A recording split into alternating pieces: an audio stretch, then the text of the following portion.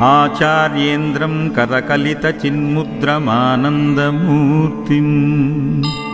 स्वात्वा रामं मुदितवदनं दक्षिणामूर्तिमीडे विश्वं दर्पणदृश्यमाननगरीतुल्यं निजान्तर्गतम् पश्यन्नात्मनि मायाया बहिरिवोद्भूतं यथा निद्रया यः साक्षात् कुरुते प्रबोधसमये स्वात्मानमेवाद्वयम् तस्मै श्रीगुरुमूर्तये नम इदं श्रीदक्षिणामूर्तये बीजस्यान्तरिवाङ्कुरो जगदिदं